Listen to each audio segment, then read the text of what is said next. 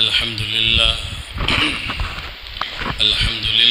نحمده ونستعينه ونستغفره ونؤمن به ونتوكل عليه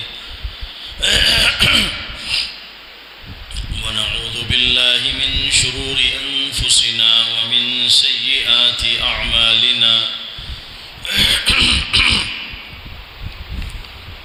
من يهده الله فلا مضل له ومن يضلله فلا هادي له ونشهد أن لا إله إلا الله وحده لا شريك له ونشهد أن سيدنا وسندنا وحبيبنا ومولانا محمدا صلى الله عليه وسلم. أما بعد فأعوذ بالله من الشيطان الرجيم. بسم الله الرحمن الرحيم. لقد جاءكم رسول من أنفسكم عزيز عليه ما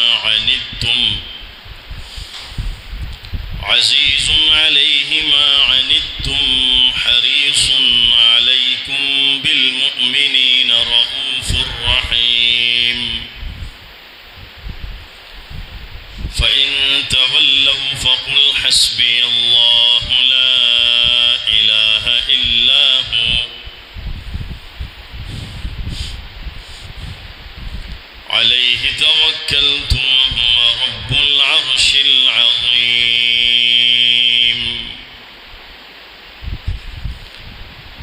صدق الله مولانا العظيم وصدق رسوله النبي الكريم ونحن على ذلك لمن الشاهدين والشاكرين والحمد لله رب العالمين. اللهم صل على محمد وعلى آل محمد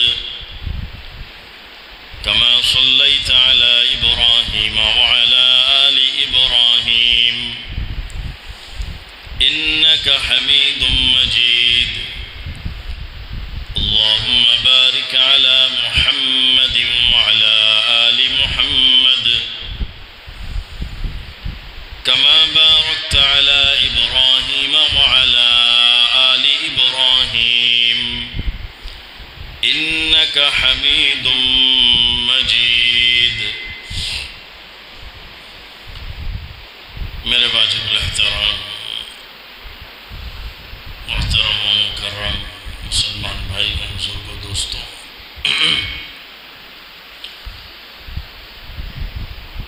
قرآن کریم کی سورہ توبہ کی آخری 2 آیتیں آپ حضرات کے سامنے اس کی تلاوت کی ہے.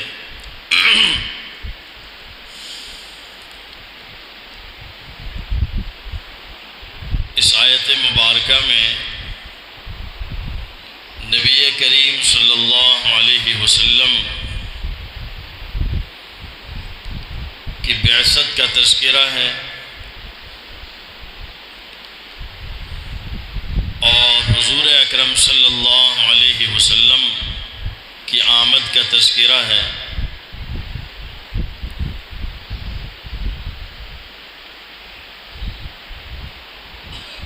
اور سورہ توبہ کی یہ آخری 2 آیتیں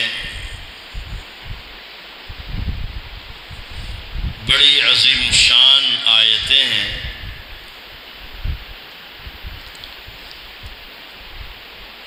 بزرگان دین اور علماء صلحاء ان کا معمول ہے کہ فرض نمازوں کے بعد جہاں اور بہت سارے اذکار مسنونہ وہ کرتے ہیں، اس کے بعد یہ ایک آیت یہ دو آیتیں جو سورہ توبہ کی ہیں، یہ بھی پڑھنے کا ہمارے بزرگان دین اور علماء صلحاء کا معمول ہے کہ فرض نمازوں کے بعد ان دو آیتوں کو بھی پڑھا کرتے ہیں۔ اس آیت میں نبی کریم صلی اللہ علیہ وسلم کی بعثت کا تذکرہ ہے۔ فرمایا اللہ رب العزت نے لَقَدْ جَاءَكُمْ رَسُولٌ مِّنْ أَنفُسِكُمْ، اے لوگوں متوجہ ہو جاؤ، تمہارے پاس ایک ایسا رسول آیا ہے من انفسکم، جو تمہیں میں سے ہے۔ اس رسول نے تمہارے درمیان میں ایک عمر کا بہت بڑا حصہ گزارا ہے، 40 سال تمہارے درمیان میں گزارے ہیں۔ عزیز علیہ ما عنتم،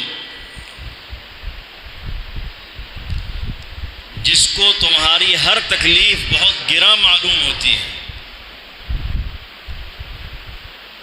تمہیں مصیبت اور تکلیف میں دیکھنا اور تمہیں پریشانیوں سے دوچار ہونا اس رسول اکرم صلی اللہ علیہ وسلم کو بہت بار گزرتا ہے، اور آپ کا دل غمزدہ ہو جاتا ہے کہ میرے یہ امتی پریشان ہیں، غمزدہ ہیں۔ حریص علیکم بالمؤمنین،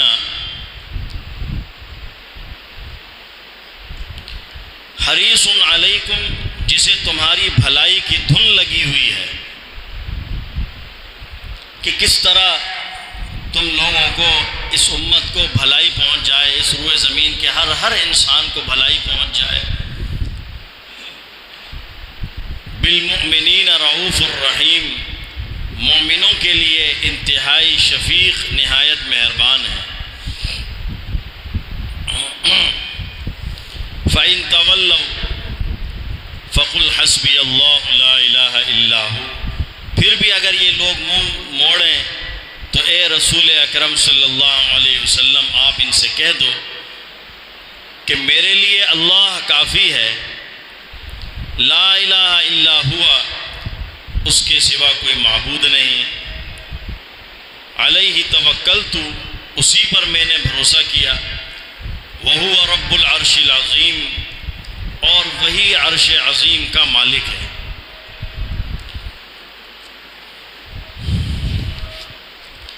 فرمایا تمہارے پاس ایک ایسا رسول آیا ہے جو تمہیں میں سے ہے۔ لقد جاءکم رسول من انفسکم، تمہارے پاس ایسا رسول آیا ہے جو تمہیں میں سے ہے۔ من انفسکم، اس کی دو تفسیریں منقول ہیں۔ حضرت عبداللہ ابن عباس رضی اللہ عنہ فرماتے ہیں اس کو من انفسکم بھی پڑھ سکتے ہیں، اس کو من انفسکم بھی پڑھ سکتے ہیں۔ اگر ہم اسے پڑھیں لقد جاءکم رسول من انفسکم، کہ لوگوں تمہارے پاس ایسا رسول آیا ہے من انفسکم، جو تمہیں میں سے ہے، تمہارے ہی قبائل میں سے ہے، تمہارے ہی خاندان میں سے ہے، تم اس کے خاندان سے بھی واقف ہو، تم اس کے قبیلے سے بھی واقف ہو، تم اس کے نسب سے بھی واقف ہو، اور اس کا نسب اور اس کا خاندان، اس رسول کا اور اس کے خاندان کا ایک ایک فرد، اس کے سلسلہ نسب کا ایک ایک بزرگ، وہ آفتاب روشن کی طرح، مہتاب روشن کی طرح روشن ہے۔ اگر ہم اسے من انفسکم پڑھیں، اور اگر ہم اسے زبر کے ساتھ پڑھتے ہیں، فتح کے ساتھ، لقد جاءکم رسول من انفسکم، لوگوں تمہارے پاس ایسا رسول آیا من انفسکم جو تم میں سے سب سے زیادہ شرافت اور بزرگی والا ہے، تم میں سب سے زیادہ عظمتوں والا ہے، تم میں سب سے زیادہ حسن و جمال والا ہے۔ ایسا حسن و جمال کسی کا نہیں، ایسی صورت اور ایسی حالت، ایسی کیفیت اور ایسی سیرت، ایسی صورت کسی کی نہیں، ایسی زندگی کسی کی نہیں۔ اگر ہم صبر کے ساتھ پڑھیں تو اس سے مطلب یہ ہوگا۔ آج کے اس مختصر سے وقت میں آپ حضرات کے سامنے ہم اس کی پہلی تفسیر من انفسکم کہ تمہارے پاس ایسا رسول مبعوث کیا، ایسا رسول آیا جو تم ہی میں سے ہے، من انفسکم تم ہی میں سے ہے۔ آپ صلی اللہ علیہ وسلم کے خاندان مبارک کا ذکر ہے، آپ صلی اللہ علیہ وسلم کے قبائل اور نسب کا ذکر ہے، اس کو بیان کرنے کا مختصراً ارادہ ہے۔ میرے عزیزوں، حضور اکرم صلی اللہ علیہ وسلم کا شجرہ مبارکہ یہ 3 حصوں پر منقسم ہے، 3 حصوں پر مشتمل ہے۔ آپ صلی اللہ علیہ وسلم کا ایک سلسلہ مبارک، ایک آپ کا شجرہ حضرت عبداللہ سے لے کر حضرت عدنان تک ہے۔ حضرت عبداللہ آپ کے والد ہیں، حضرت عبداللہ سے لے کر حضرت عدنان تک ہے۔ آپ صلی اللہ علیہ وسلم کے شجرہ مبارکہ کا دوسرا حصہ حضرت عدنان سے لے کر حضرت قیدار تک ہے۔ عدنان سے لے کر قیدار حضرت اسماعیل علیہ السلام کے بیٹے ہیں، حضرت قیدار حضرت اسماعیل علیہ السلام کے بیٹے ہیں۔ اور نسب کا تیسرا حصہ اور شجرے کا تیسرا حصہ وہ حضرت اسماعیل علیہ السلام سے لے کر حضرت آدم علیہ السلام تک پہنچتا ہے۔ یہ نسب اور شجرہ مبارکہ کا 3 حصہ ہے جو آپ حضرات کے سامنے میں نے عرض کی مختصرا۔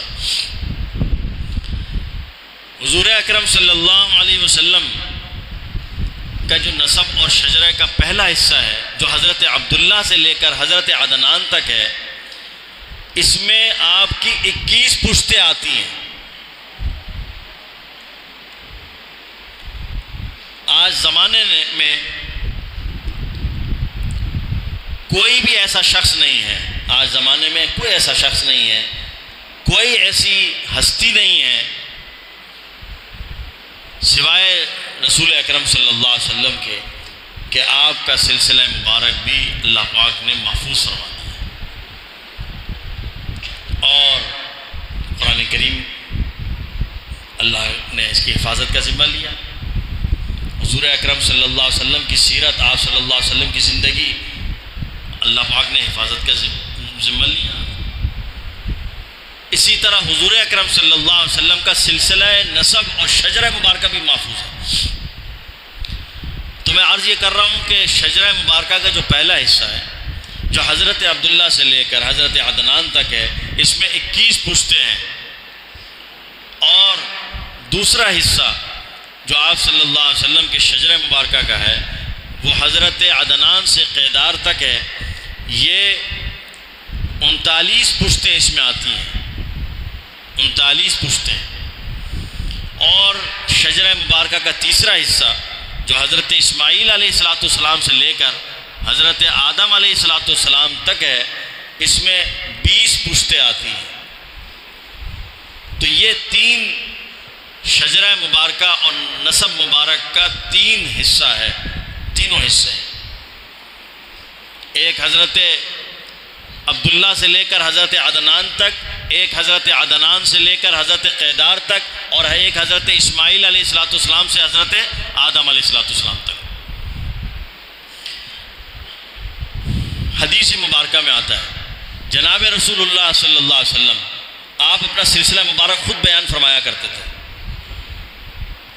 اور فرماتے میرے والد عبداللہ، اس کے والد عبد المطلب، اور اس طرح آپ صلی اللہ علیہ وسلم سلسلہ مبارکہ بیان کرتے کرتے حضرت عدنان تک بیان کرتے ہیں، حضرت عبداللہ سے عدنان تک، جس میں 21 پشتیں آتی ہیں، اور اس کے بعد فرماتے ہیں آپ صلی اللہ علیہ وسلم، صحابہ فرماتے ہیں آپ خاموش ہو جاتے ہیں، پھر حضور اکرم صلی اللہ علیہ وسلم آگے سلسلہ مبارک کو بیان نہیں فرماتے، بلکہ آگے آپ کیا جملہ فرماتے ہیں یہ میں عرض کر رہا ہوں، حدیث مبارکہ میں آتا ہے، آپ فرماتے کذب النصابون، نسب بیان کرنے والوں نے آگے نسب بیان کرنے میں دروغ گوئی سے بھی کام لیا ہے، بعض ایسے لوگوں کو بھی نسب میں شامل کیا جو نسب میں نہیں تھے، حضور اکرم صلی اللہ علیہ وسلم خود فرمایا کرتے ہیں، لیکن حضرت عبداللہ سے عدنان تک حضور اکرم صلی اللہ علیہ وسلم 21 پشتیں خود بیان فرمایا کرتے ہیں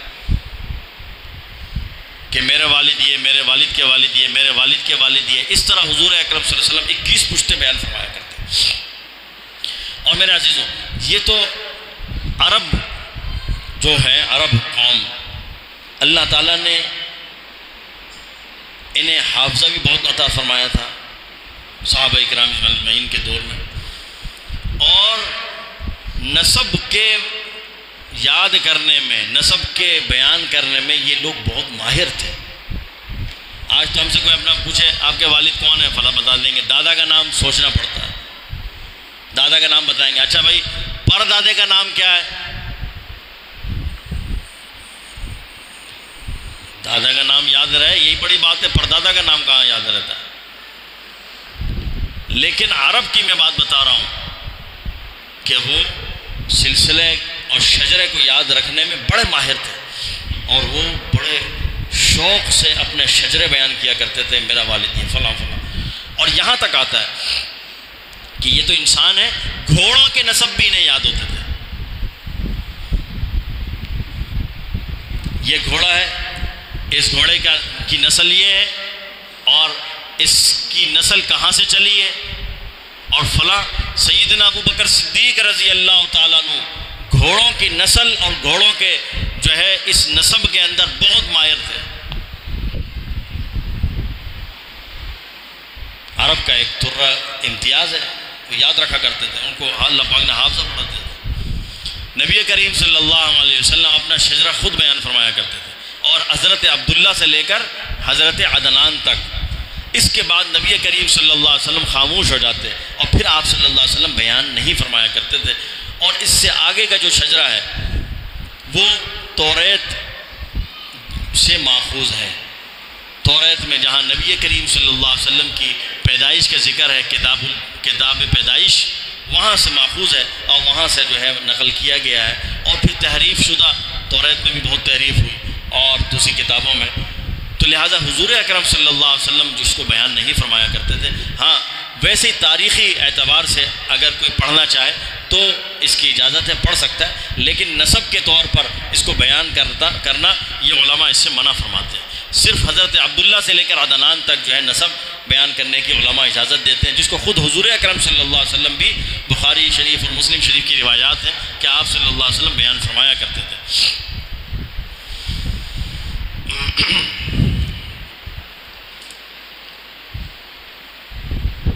میں برکت کے لیے آپ حضرات کے سامنے یہ ایک دفعہ پڑھ بھی دیتا ہوں۔ محمد بن عبد اللہ ابن عبد المطلب ابن ہاشم ابن عبد مناف ابن قصی ابن کلاب ابن مرۃ ابن کعب ابن لوی ابن غالب ابن فہر ابن مالک ابن نضر ابن کنانت ابن خزیمت ابن مدرکت ابن الیاس ابن مضر ابن نزار ابن معد ابن عدنان، یہ 21 پشتیں ہیں۔ اہل عرب اس طرح پڑھتے ہیں۔ ہم اپنا نسب اگر بیان کریں گے اردو میں، اگر میں آپ کو بتاؤں تو ہم تو بن لگاتے ہیں، ہم کہتے ہیں عبداللہ بن عبد المطلب بن ہاشم بن عبد مناف بن قصی بن کلاب بن مرہ بن لوئی بن غالب بن فہر بن مالک بن نضر بن کنانہ بن خزیمہ بن مدرکہ بن الیاس بن مضر بن نزار بن معد بن عدنان علیہم الرحمہ، اللہ ان سب پر اپنی رحمتوں کا نزول فرمائے۔ یہ 21 پشتیں ہیں نبی کریم صلی اللہ علیہ وسلم کی، اور عمدۃ الفقہ میں، یہ میں ہر سال یہ بات بیان کرتا ہوں، کہتا ہوں، عمدۃ الفقہ میں حضرت مولانا سید زوار حسین شاہ صاحب رحمہ اللہ نے لکھا ہے کہ آپ صلی اللہ علیہ وسلم کی 4 پشتیں اس کا یاد رکھنا ہر مرد اور عورت پر فرض عین ہے۔ اپنے دادا اپنے پردادا کا نسب یاد رکھو نہ رکھو کوئی بات نہیں، کوئی پوچھ نہیں ہوگی، لیکن اپنے پیارے حبیب حضور انور صلی اللہ علیہ وسلم کا نسب تمہیں 4 پشتے تک ہمیں یاد ہونا چاہیے کہ آپ سے کوئی پوچھے تو آپ کہیں محمد صلی اللہ علیہ وسلم بن عبداللہ بن عبد المطلب بن ہاشم بن عبد مناف، عبداللہ بن عبد المطلب بن ہاشم بن عبد مناف، عبداللہ عبد المطلب ہاشم عبد مناف، عبداللہ عبد المطلب ہاشم عبد مناف۔ یہ خود بھی یاد کریں، اپنے گھر والوں کو یاد کرائیں، اپنے بچوں کو یاد کرائیں۔ آج بچوں کو ہم پوئم اور فلاں یہ چیزیں تو بہت یاد کراتے ہیں، لیکن یہ اللہ کے اسماء الحسنی، نبی کریم صلی اللہ علیہ وسلم کے پیارے نام یہ یاد کراؤ، اور یہ جو نسب ہے نبی کریم صلی اللہ علیہ وسلم کا یہ یاد کرواؤ، یہ یاد کراؤ میرے عزیز، یہ فرض ہے، ہمیں پتہ ہونا چاہیے ہم ہمارے پیارے نبی صلی اللہ علیہ وسلم کا نسب 4 پشتوں تک،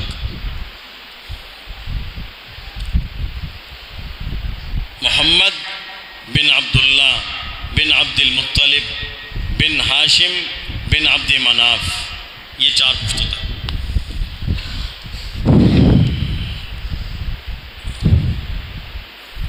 حضور اکرم صلی اللہ علیہ وسلم کے جد امجد حضرت عدنان جو حضور اکرم صلی اللہ علیہ وسلم کی 21ویں پشت میں آپ کے جد امجد ہیں،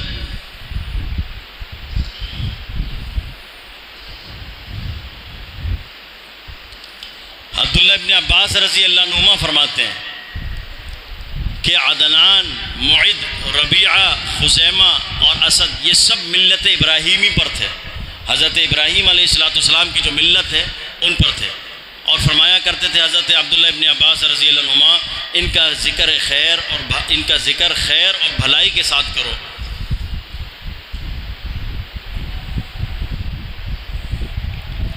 حضرت عدنان اللہ پاک نے ان کو من جانب اللہ کی جانب سے بڑے محترم اور بزرگ تھے۔ عرب پر جب بخت نصر نے حملہ کیا، بخت نصر بادشاہ تھا، بڑا ظالم بادشاہ بخت نصر، عرب پر اس نے 2 دفعہ حملہ کیا، اور دونوں دفعہ اس نے مکمل طور پر عرب کو جو ہے بالکل ملیا میٹ کرنے کی کوشش کی۔ تو بخت نصر جو ہے اس نے جب پہلا حملہ کیا عرب پر تو اس وقت حضرت عدنان موجود تھے وہاں، تو بنی اسرائیل کے نبی ہے حضرت آرمیہ علیہ السلام اور حضرت برقیہ علیہ السلام۔ برقیہ علیہ السلام حضرت سلیمان علیہ السلام کے جو ہے خاص امتی ہیں، اور سلیمان علیہ السلام کے دور مبارک میں ان کو اللہ پاک نے بڑی کرامتوں سے نوازا تھا، اور سلیمان علیہ السلام کے بعد اللہ پاک نے انہیں بھی جو ہے اس بنی اسرائیل قوم کا نبی اور پیغمبر بنایا۔ تو حضرت آرمیہ علیہ السلام نے اور برقیہ علیہ السلام نے فرمایا بخت نصر بادشاہ کو، کہا کہ تم عرب پر حملہ کر رہے ہو، سب پر حملہ کرو، جو کرنا ہے کرو، لیکن عدنان جو اہل عرب میں سے ہیں ان کو ہاتھ نہ لگانا، اس پر حملہ نہ کرنا، اس کو تکلیف نہ پہنچانا۔ اگر تم نے اسے تکلیف پہنچایا تو تو اور تیرا خاندان اور تیرا سب کچھ ختم ہو جائے گا، اس لیے کہ ہم اس عدنان کی پیشانی میں نور نبوت کو چمکتا ہوا دیکھتے ہیں کہ اسی کے خاندان میں اس پیغمبر آخری زمانے تشریف لانا ہے۔ حضور اکرم صلی اللہ علیہ وسلم کے جد امجد ہیں حضرت معد، حضرت عدنان کے بیٹے ہیں معد۔ بخت نصر کا جب عرب پر دوسرا حملہ ہوا تو حضرت آرمیہ علیہ السلام اس لشکر میں تھے، اور انہوں نے حضرت معد کو اپنے ساتھ شام لے گئے اور اپنے ساتھ شام میں رکھا انہوں نے، اور بعد میں قبیلہ بنو جرہم میں ان کی شادی بھی ہوئی۔ حضور اکرم صلی اللہ علیہ وسلم کے خاندان کے اگلے جو بزرگ ہیں وہ ہیں نزار۔ نزار نظر سے مشتق ہے، جس کے معنی قلیل کے ہیں۔ چونکہ یہ اپنے زمانے میں یکتا تھے اور ان کی مثال کم ملتی تھی، ان کی صفات ایسی تھی، اس لیے ان کا نام ہی اہل عرب نے نزار کر دیا تھا کہ یہ نزار ہے، کہ اس کی مثال کم ملتی ہے۔ علامہ سہیلی رحمۃ اللہ علیہ فرماتے ہیں کہ جب نزار پیدا ہوئے تو ان کی پیشانی نور محمدی سے چمک رہی تھی، ان کی پیشانی سے نبی کریم صلی اللہ علیہ وسلم کا نور نبوت چمک رہا تھا۔ یہ دیکھ کر بہت مسرور ہوئے حضرت عدنان اور اس خوشی میں دعوت کی اور یہ کہا ھذا کلہ نظر للحق ھذا المولود فسمى نزارا لذلك، فرمایا کہ یہ سب کچھ اس مولود کے حق کے مقابلے میں بہت قلیل ہے، جو اس کے مقابلے میں دعوت کر رہا ہوں اور جو لوگوں کو میں نے بلایا ہے اس بچے کے حق میں اور اس بچے کی وجہ سے کر رہا ہوں، لیکن اس بچے کی خاطر یہ جو کچھ کر رہا ہوں یہ بہت کم ہے، تو اس لیے ان کا نام ہی نزار پڑ گیا۔ حضور اکرم صلی اللہ علیہ وسلم کے اگلے جد امجد ہیں حضرت مضر۔ یہ بڑے صاحب دولت، صاحب ثروت تھے اور دین حنیف پر تھے۔ نبی کریم صلی اللہ علیہ وسلم کے اگلے جد امجد ہیں حضرت مدرکہ، ان کا نام عمر ہے، اور والد نے ان کو جنگل میں اونٹوں کی حفاظت پر مامور کیا تھا کہ تم نے جنگل میں جتنی اونٹ ہیں اسے کی حفاظت کرنا۔ ایک مرتبہ جنگل سے اونٹ بھاگ گئے، والد نے فرمایا کہ جاؤ اس کو لے کر آؤ، اونٹ کو پکڑ کے لاؤ۔ دو بیٹے تھے ان کے، دونوں بیٹوں کو بھیجا۔ حضرت عمر یہ گئے اور اللہ کے فضل و کرم سے سب اونٹوں کو پکڑ کے اور بعافیت یہ لے آئے۔ تو والد نے کہا مدرکہ، اس موقع پر انت مدرکہ، تو اونٹوں کو پا لینے والا ہے۔ عربی زبان میں مدرک کہتے ہیں پا لینے کو، کسی چیز کو پکڑ لینے کو، کسی چیز کو اخذ کر لینے کو، کہ تو پا لینے والا ہے، یعنی تو نے اونٹوں کو پکڑ لیا اور حفاظت کے ساتھ لے آیا، اس لیے ان کا نام ہی مدرکہ پڑ گیا۔ نبی کریم صلی اللہ علیہ وسلم کے اگلے جد امجد ہے حضرت کنانہ۔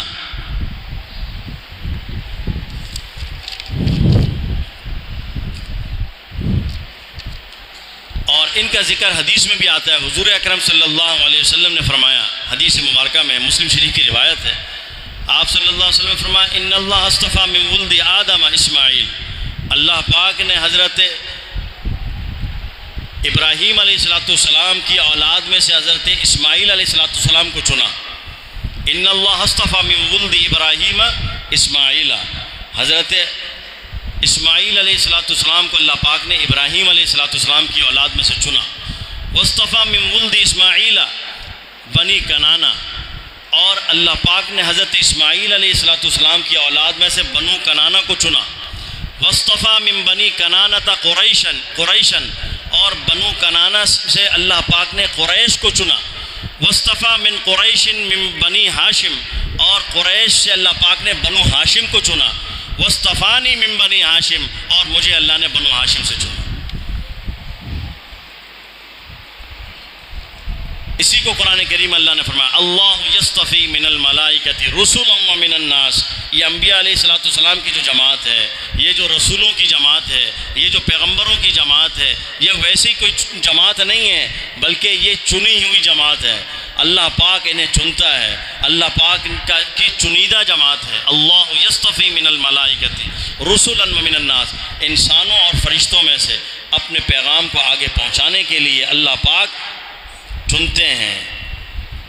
انہیں چنا اللہ تعالیٰ نے، انہیں بھی چنا انبیاء اور رسولوں اور پیغمبروں کو بھی چنا، اور قرآن کریم میں ایک دوسری جگہ پر اللہ پاک نے فرمایا ہے سورہ فاطر میں ثم اورثنا الکتاب الذین اصطفینا من عبادنا، پھر ہم نے اپنی اس کتاب کی حفاظت کے لیے، قرآن کریم کی حفاظت کے لیے بھی کچھ لوگوں کو چنا ہے، اس قرآن کریم کے علم کے لیے، اس قرآن کریم کو اپنے سینے میں محفوظ رکھنے کے لیے، اس قرآن کریم کے علم کو آگے امت تک پہنچانے کے لیے ہم نے اپنے بندوں میں سے بعض بندوں کو چنا۔ جو چننے کا لفظ، استفاء کا لفظ اللہ نے پیغمبروں، رسولوں اور نبیوں کے لیے استعمال فرمایا، وہی چننے کا لفظ اللہ نے حفاظ کرام اور علماء عظام کے لیے اللہ نے استعمال فرمایا کہ یہ چنے ہوئے لوگ ہیں، یہ عام لوگ نہیں ہیں، ان کا سینہ عام سینہ نہیں ہے، ان کا جو قلب ہے یہ عام قلب نہیں ہے، ان کا قلب، ان کے سینے کا جو برتن ہے یہ عام برتن نہیں ہے، یہ وہ برتن ہے جس میں اللہ کا کلام محفوظ ہے، یہ عام سینہ نہیں ہے، اس پہ اللہ کا کلام نقش ہے۔ اگر کسی نے دنیا میں لوح محفوظ کو دیکھنا ہے کہ دنیا میں چلتا پھرتا لوح محفوظ، تو حافظ قرآن کے سینے کو دیکھ لیں کہ جس طرح قرآن کریم لوح محفوظ میں محفوظ ہے، اسی طرح حافظ قرآن کے سینے میں بھی محفوظ ہے۔ تو اللہ کے رسول صلی اللہ علیہ وسلم نے فرمایا اللہ پاک نے مجھے چنا، بنو ہاشم سے مجھے چنا۔ نبی کریم صلی اللہ علیہ وسلم کے اگلے جد امجد حضرت فہر، یمن کا ایک حاکم ہے، اس کا نام ہے حسان، اس نے یہ ارادہ کیا کہ مکہ پر حملہ کروں گا، اور مکہ مکرمہ پہ حملہ کرنے کے بعد خانہ کعبہ کو نعوذ باللہ گرا کر اس کا جو ملبہ ہے اس کو لے جا کر یمن میں وہاں میں ایک نیا کعبہ تعمیر کروں گا، نیا کعبہ بناؤں گا۔ اور یہ فہر اپنے تمام جمی برادران کے ساتھ حسان نے، جو یمن کا بادشاہ ہے، حاکم ہے، اس نے اپنی فوج کے ساتھ حملہ کیا۔ حضرت فہر اپنے بھائیوں کے ساتھ اور کچھ لشکر کے ساتھ آپ نے اس کا دفاع کیا، مقابلہ کیا، اور اللہ کے حکم سے اللہ پاک نے حضرت فہر کو فتح عطا فرمائی، اور حسان اپنے تمام جمی لشکر کے ساتھ شکست خور ہوا، اور حضرت فہر نے حسان کو گرفتار کر لیا جو یمن کا حاکم تھا، اور 3 سال تک یہ یہاں قید میں رہا، اور اس کے بعد جو ہے اس کو آزاد کیا۔ اس وجہ سے حضرت فہر کا سکہ عرب پر بیٹھ گیا، اور لوگ اسے بڑی عزت کی نگاہ سے دیکھا کرتے تھے کہ آج خانہ کعبہ کو اللہ نے اگر محفوظ کیا تو فہر کی برکت سے کیا، سبب کے درجے میں اللہ تعالیٰ نے اس کو آگے کھڑا کر دیا۔ اور اسی موقع کے اوپر بعض علماء کرام فرماتے ہیں کہ قریش کو قریش کا جو لقب پڑا، قریش کو قریش کو کہتے ہیں، نبی کریم صلی اللہ علیہ وسلم فرمایا انا من قریش، فرمایا کہ میں قریش سے ہوں، میں قریش سے ہوں، قریش کے خاندان سے ہوں، تو قریش کو قریش کو کہتے ہیں۔ فرمایا قریش کو قریش کا جو لقب پڑا وہ حضرت فہر کی وجہ سے پڑا، اس لیے کہ فہر نے ایک بہت بڑے قبیلے اور بہت بڑے حاکم یمن اور اس کی فوجوں کو شکست دی اور اسے گرفتار کر لیا۔ تو چونکہ قریش کہا جاتا ہے، عرب کہتے ہیں ویل مچھلی کو، بڑی مچھلی کو، بڑی مچھلی جو چھوٹی مچھلیوں کو کھا جاتی ہے اسے قریش کہا جاتا ہے۔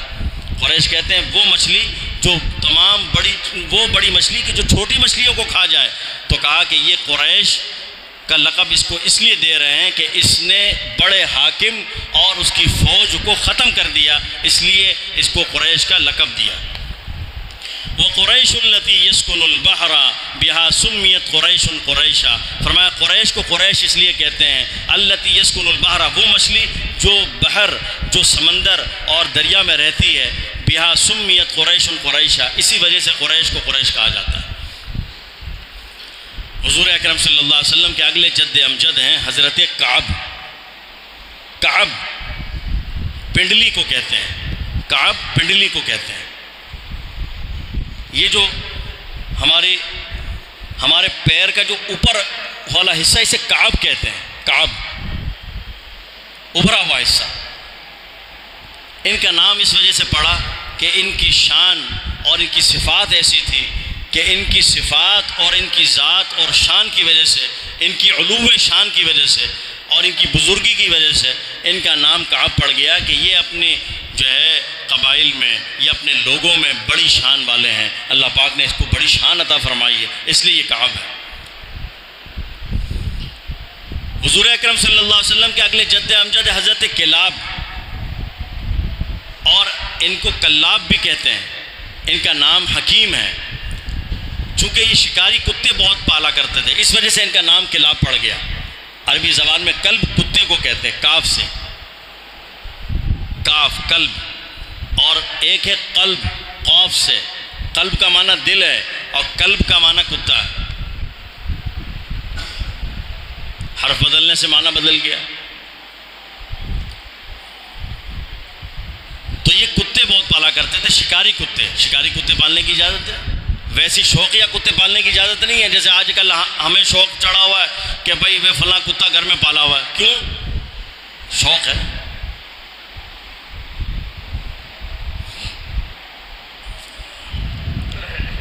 اور بڑے شوق سے زنجیر میں ڈال کے اور اسے لے کر فخر کے ساتھ گھوم رہے ہوتے ہیں ہم، اور گاڑیوں میں بھی ساتھ سفر کروا رہے ہیں. کتوں کو ساتھ رکھو گے تو کتوں جیسی صفات بھی آئیں گے. فرمایا کہ نبی کریم صلی اللہ علیہ وسلم نے انبیاء علیہ السلام سے اللہ پاک نے بکریاں چروائی ہیں. کہا کہ بکریاں پالو. کیوں؟ مسکین جانور ہے، کمزور جانور ہے، ناتواں جانور ہے، عاجزی اور مسکنت والا جانور ہے. یہ پالو گے تمہاری طبیعت کے اندر بھی مسکنت، عاجزی اور تواضع آ جائے گی. جانوروں کے اثرات بھی منتقل ہوتے ہیں.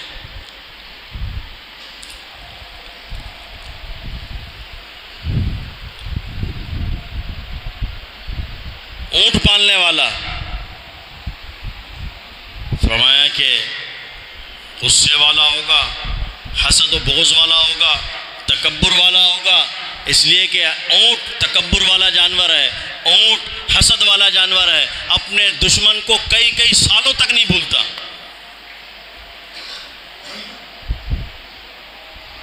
صحابہ نے پوچھا اللہ کے رسول اونٹ کے باڑے میں نماز پڑھ لوں؟ آپ نے فرمایا نہیں. وہاں تو نماز کیسے پڑھے گا؟ وہاں نماز پڑھے گا خیال رہے گا کہیں ٹانگ نہ ہلا دے، ٹانگ ہلایا تو گیا، تو گردن نہ مار دے تو نماز کہاں پڑھے گا؟ پھر تو دھیان تو ادھر ہی رہے گا. فرمایا بکری کے باڑے میں نماز پڑھ لوں؟ فرمایا ہاں پڑھ لوں. جانوروں کی صفات بھی منتقل ہوتی ہے، لیکن اگر کسی غرض سے آدمی پالے، شکاری کتے پالنے کی اجازت ہے. فقہاء نے، علماء نے اجازت، نبی کریم صلی اللہ علیہ وسلم نے اجازت دی ہے، فقہاء نے اس کے اوپر باب قائم کیا ہے، لیکن اس کی حدود مقرر کی ہے کہ ایک حد تک ہو. وہ گھروں کے اندر کتوں کو رکھا ہوا ہے. نبی کریم صلی اللہ علیہ وسلم فرمایا اللہ پاک کی جانب سے رحمت کے فرشتے اس گھر میں داخل نہیں ہوں گے جہاں کتا اور تصویر موجود ہو.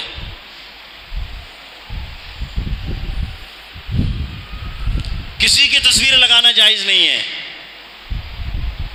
چاہے بزرگوں کی ہو، چاہے پیر کی ہو، چاہے فلاں کی ہو، کسی کی لگانا جائز نہیں ہے. تصویر حرام ہے. حرام حلال کیسے ہو گیا؟ فرمایا رحمت کے فرشتے نہیں آئیں گے اس گھر میں جس گھر میں کتا اور تصویر ہو. لہذا اس سے اجتناب کریں.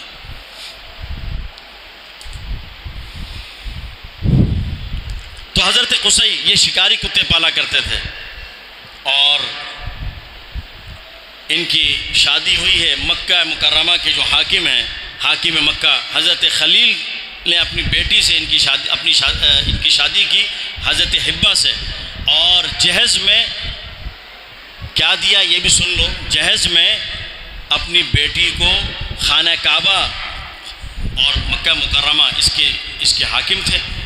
مکمل خانہ کعبہ کا جتنا انتظام تھا، تولیت کا جتنا انتظام تھا، وہ سب کا سب اپنی بیٹی کو جہیز میں دے دیا کہ آج کے بعد میری بیٹی جو ہے اس کی منتظمہ ہے اور میری بیٹی کی ذمہ یہ ہے، اور اس کا ولی جو ہے وہ ابو عبسان ہے جو ان کے چچا ہے، اس کو ذمہ دار بنا دیا. بعد میں حضرت قصی، حضرت کلاب، حضرت کلاب حضرت قصی نے جو ہے یہ حق جو ہے ان سے لے لیا.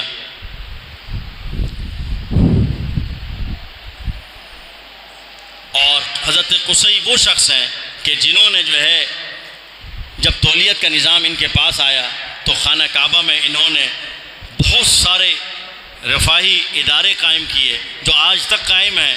سقایا کا نظام ہے، رفادہ کا نظام ہے، مقننہ کا نظام ہے، اور خانہ کعبہ میں جو ہے جتنے انتظامی جتنے امور ہیں وہ حضرت قصی کے قائم کردہ ہیں کہ حاجی حضرات کی خدمت کیسے کرنی ہے، حاجی حضرات کے لیے کچھ زمزم کیسے پلانا ہے، حاجی حضرات کے لیے خیمے کہاں لگانے ہیں، حاجی حضرات کے لیے کیا کیا انتظامی امور ہیں، ان سب کو حضرت قصی نے اسی وقت ساری کمیٹیاں قائم کر دی اور سارے ادارے قائم کر دیے جو آج تک الحمدللہ جو ہے بحسن خوبی چل رہے ہیں.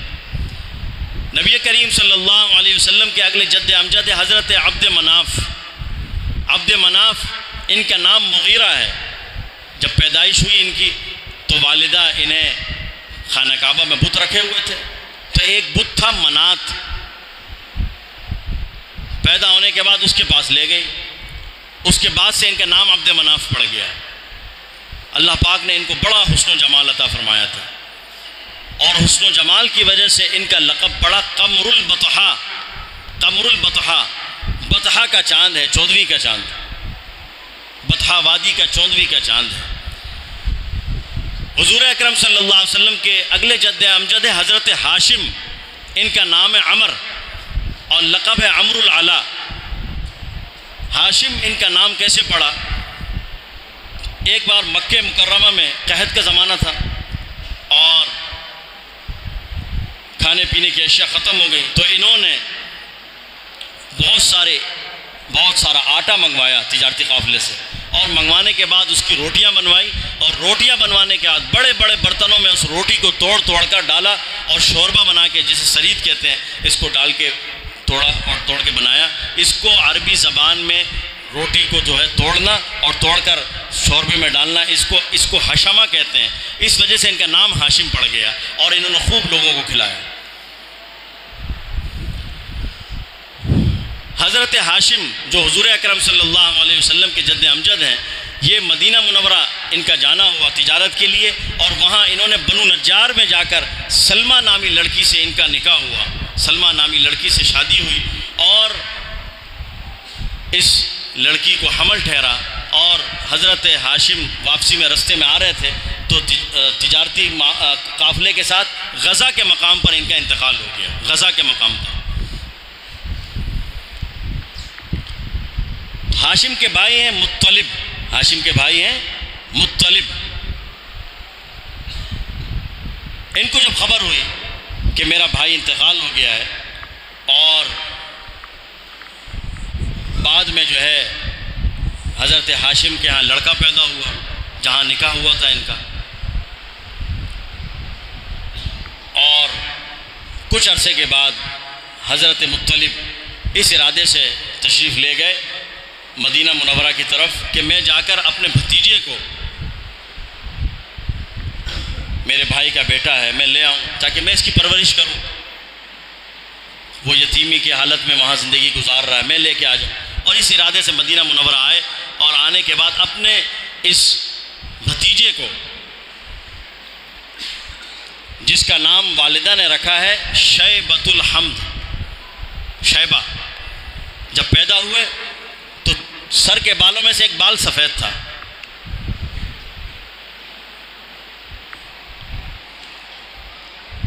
تو اس کا نام ہی شیبہ، شیب بڑھاپے کو کہتے ہیں.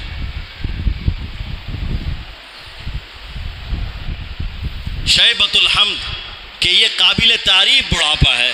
یہ وہ بڑھاپا نہیں ہے کہ جس کی تعریف نہ کی گئی، یہ قابل تعریف بڑھاپا ہے اس بچے کو، کہ اس کے اندر اللہ پاک نے دانائی اور حکمت رکھی ہے جو بڑھاپے کی حالت میں آیا کرتی ہے. عموماً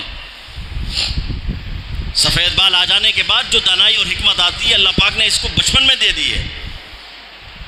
اور حضرت ہاشم اپنے اس بھتیجے کو لے کر، حضرت مطلب اپنے اس بھتیجے کو لے کر، جس کا نام شیبۃ الحمد ہے، لے کر مکہ مکرمہ کی طرف چلے. چھوٹا بچہ ہے، رستے میں کپڑے گرد آلود ہو گئے اور بچے کو پیچھے بٹھا بٹھایا ہوا ہے اور آگے چل رہے ہیں، اونٹ پر سوار ہے۔ جب مکہ مکرمہ میں داخل ہوئے تو لوگوں نے پوچھا یہ کون ہے؟ تو اس وجہ سے کہ کہیں ایسا نہ ہو کہ یہ لوگ ان کا عیب نکالیں، نقص کر اور نقص بیان کریں کہ دیکھو بھتیجے کو کیسا رکھا ہوا ہے کہ کپڑے تک صاف نہیں پہنائے، اس لیے کہا ھذا عبدی، یہ میرا غلام ہے، ھذا عبدی، یہ غلام ہے۔ تو لوگوں نے کہا ھذا عبد المطلب، ھذا عبد المطلب، یعنی یہ مطلب ہے، یہ پیچھے جو بیٹھا ہوا ہے اس کا غلام، یعنی یہ مطلب کا غلام ہے، عبد المطلب ہے۔ اور اصل نام ہے شیبۃ الحمد، یہ حضور اکرم صلی اللہ علیہ وسلم کے دادا ہیں، حضرت عبد المطلب، حضور اکرم صلی اللہ علیہ وسلم کے دادا ہیں حضرت عبد المطلب۔ اور اللہ رب العزت نے حضرت عبد المطلب یہ پروان چڑھے چچا کے یہاں، اور اللہ پاک نے بڑی وجاہت اور اثر و رسوخ عطا فرمایا تھا، اور ان کا چہرہ انور ایسا تھا حضرت عبد المطلب کا کہ جیسے بادشاہوں اور بڑے سرداروں کا کوئی بھی سامنے آتا تو رعب میں آ جاتا۔ حضرت عبد المطلب، ان کے کئی کارنامے ہیں، میں بس مختصر وقت ہے اس لیے میں ایک دو باتیں عرض کر کے بات ختم کر رہا ہوں۔ عبد المطلب، چاہے آج کی جمعے میں یہ حضور اکرم صلی اللہ علیہ وسلم کا خاندان کا جو موضوع ہے یہ مکمل ہو جائے تو اگلے جمعے میں انشاءاللہ سیرت طیبہ کو بیان کریں گے۔ حضور اکرم صلی اللہ، اور ہم جو ہے میرے عزیزوں، ہم صرف کسی ایک خاص مخصوص دنوں تک حضور اکرم صلی اللہ علیہ وسلم کی سیرت کا تذکرہ نہیں کرتے خاص، بلکہ آپ صلی اللہ علیہ وسلم کی زندگی کوئی دعویٰ کر ہی نہیں سکتا کہ میں صرف 10 دن یا میں صرف 12 دن یا میں صرف 1 مہینے حضور کی سیرت پوری بیان کر دوں گا، کوئی کر ہی نہیں سکتا۔ پوری زندگی بھی لگا دے تو بیان نہیں کر سکتا۔ آپ کی سیرت طیبہ کا موضوع ایسا ہے، آپ کی زندگی ایسی ہے، کوئی بیان ہی نہیں کر سکتا۔ قلم خشک ہو گئے، دماغ خشک ہو گئے، اور بڑھاپا طاری ہو گیا، اور لوگ قبروں میں چلے گئے اور جاتے جاتے کہہ گئے کہ سب کچھ فنا ہو گیا لیکن تعریف کا حق ادا نہ ہو۔ حضور کی تعریف کہاں ادا ہو سکتی ہے؟ آپ کی سیرت کہاں بیان ہو سکتی ہے؟ اور وہ بھی کئی جمعوں میں، اور ہم جیسا نالائق طالب علم جسے کچھ آتا نہیں ہو ہم بیان کریں۔ عطا اللہ شاہ بخاری رحمۃ اللہ علیہ فرماتے ہیں کہ خالق کائنات جس نے قرآن کریم نازل کیا، جس نے اپنے محبوب کو پیدا کیا، جب وہ اپنے محبوب کی تعریف کرنے پر آیا اور ان کی سیرت بیان کرنے پر آیا تو 23 سال پورے قرآن کریم کے نزول میں لگے ہیں۔ قرآن کریم جو نازل ہوا 23 سال کے عرصے میں ہوا، اور پورا قرآن حضور کی سیرت ہے، پورا قرآن حضور کی زندگی ہے۔ تو پیدا کرنے والا تعریف بیان کرے، پیدا کرنے والا سیرت بیان کرے تو 23 سال لگائیں، اور ہم اور آپ 1-2 جمعوں میں اور چند ایک خاص مخصوص مہینے میں بیان کر کے خاموش ہو جائیں کہ بس ہم نے حضور کی سیرت بیان کر دی، نہیں ہو سکتا۔ حضرت عبد المطلب کا میرا عزیزوں جو بہت بڑا کارنامہ ہے اور اس سے قیامت تک لوگ مستفید ہوتے رہیں گے، وہ کیا ہے میرا عزیز؟ وہ میں بیان کر دوں آپ کو۔ وہ زمزم کا کنواں، اسماعیل علیہ السلام جو زمزم کا کنواں حضرت اسماعیل علیہ السلام کی ایڑی مبارک رگڑنے سے نکلا تھا، مرور زمانہ کی وجہ سے یہ بند ہو گیا اور اس کو مٹا دیا گیا۔ اللہ پاک کی طرف سے ایک حکمت تھی اور لوگ اس فیض سے محروم ہو گئے۔ حضرت عبد المطلب نے، خواجہ عبد المطلب نے خواب دیکھا، خانہ کعبہ کے پاس سو رہے ہیں، خواب دیکھا کہ کوئی کہہ رہا ہے اس جگہ جا کر کھدائی کرو، اس جگہ جا کر کھدائی کرو تمہیں زمزم کا کنواں نکلے گا۔ ایک دن کہا کہ خواب ہو، دوسرے دن یہ خواب دیکھا، تیسرے دن پھر جا کر جو ہے انہوں نے اپنے بیٹے، اس وقت ان کا ایک ہی بیٹا تھا، اس بیٹے کو لے کر کھدائی میں شریک ہوئے اور کھدائی شروع کی، اور یہ کہا اے اللہ اگر تو مجھے 10 بیٹے دے گا اور 10 بیٹوں کو میں جوان دیکھ لوں گا تو ایک بیٹے کو تیرے رستے میں قربان کر دوں گا۔ نظر مانی اور کنواں کھودنا شروع کر دیا۔ اللہ کی شان، زمزم کا کنواں برآمد ہوا اور عرب میں ایک ہلچل مچ گئی کہ دیکھو وہ کنواں جو اسماعیل علیہ السلام کے دور میں شروع ہوا تھا، جو اب بند ہو چکا تھا، اللہ پاک نے حضرت عبد المطلب کی برکت سے کھول دیا، چلا دیا، لوگ مستفید ہونے لگے۔ وقت گزرتا گیا، حضرت عبد المطلب کے بیٹے پیدا ہوئے، بیٹیاں پیدا ہوئیں۔ جب بیٹے جوان ہوئے، حضور اکرم صلی اللہ علیہ وسلم کے والد محترم حضرت عبداللہ کی پیدائش ہوئی، وہ جوان ہوئے،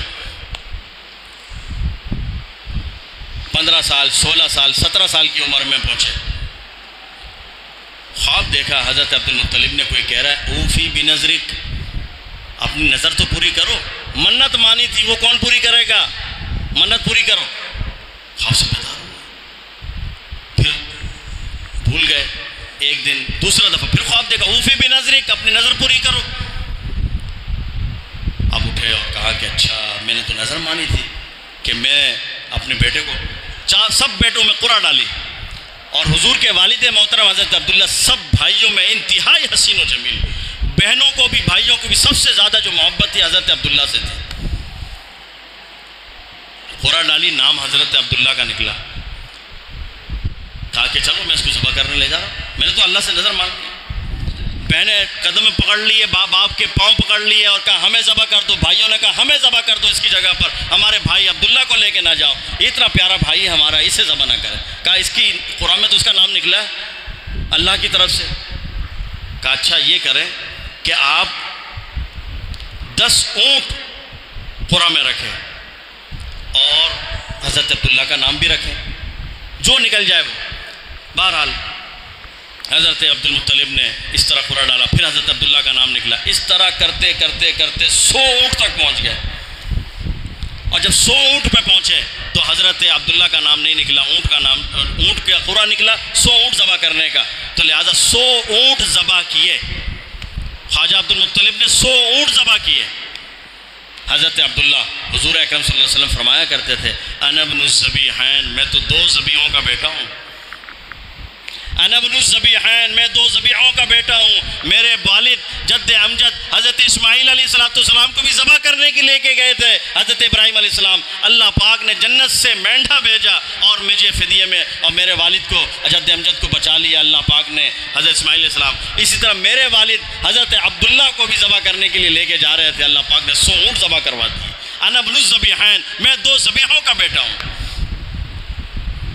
یہ ہے میرے عزیزوں میرے پیارے حبیب حضور اکرم صلی اللہ علیہ وسلم کا خاندان مبارک۔ یہی وجہ ہے حضرت مولانا سید زوار حسین شاہ صاحب رحمۃ اللہ علیہ یہی فرماتے ہیں کہ نبی کریم صلی اللہ علیہ وسلم کا جو یہ خاندان مبارک ہے، آپ صلی اللہ علیہ وسلم کے شجرے کو میرے عزیزوں وہ فرماتے ہیں کہ فرمایا کہ 4 پشتوں تک یاد رکھنا، فرمایا یہ فرض عین ہے۔ جیسے میں نے شروع میں بھی کہا، آپ صلی اللہ علیہ وسلم کا شجرہ مبارک، آپ صلی اللہ علیہ وسلم کا شجرہ مبارک 4 پشتوں تک یاد رکھنا، اس کو یاد رکھنا، خود بھی اپنے بیوی بچوں کو یاد رکھوانا، یہ فرض عین ہے۔ اور وہ کتنا آسان ہے، کیا ہے؟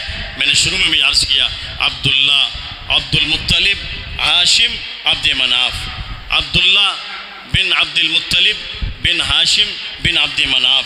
میرے عزیزوں یہ یاد رکھیں، اپنے بچوں کو بھی یاد کروائیں اور اپنے گھر والوں کو۔ اللہ پاک ہم سب کو سمجھ کر عمل کی توفیق نصیب فرمائے، جناب رسول اللہ صلی اللہ علیہ وسلم کی کامل محبت اور عشق اور آپ صلی اللہ علیہ وسلم کی کامل اتباع میں نصیب فرمائے۔ وآخر دعوانا ان الحمد للہ رب العالمین۔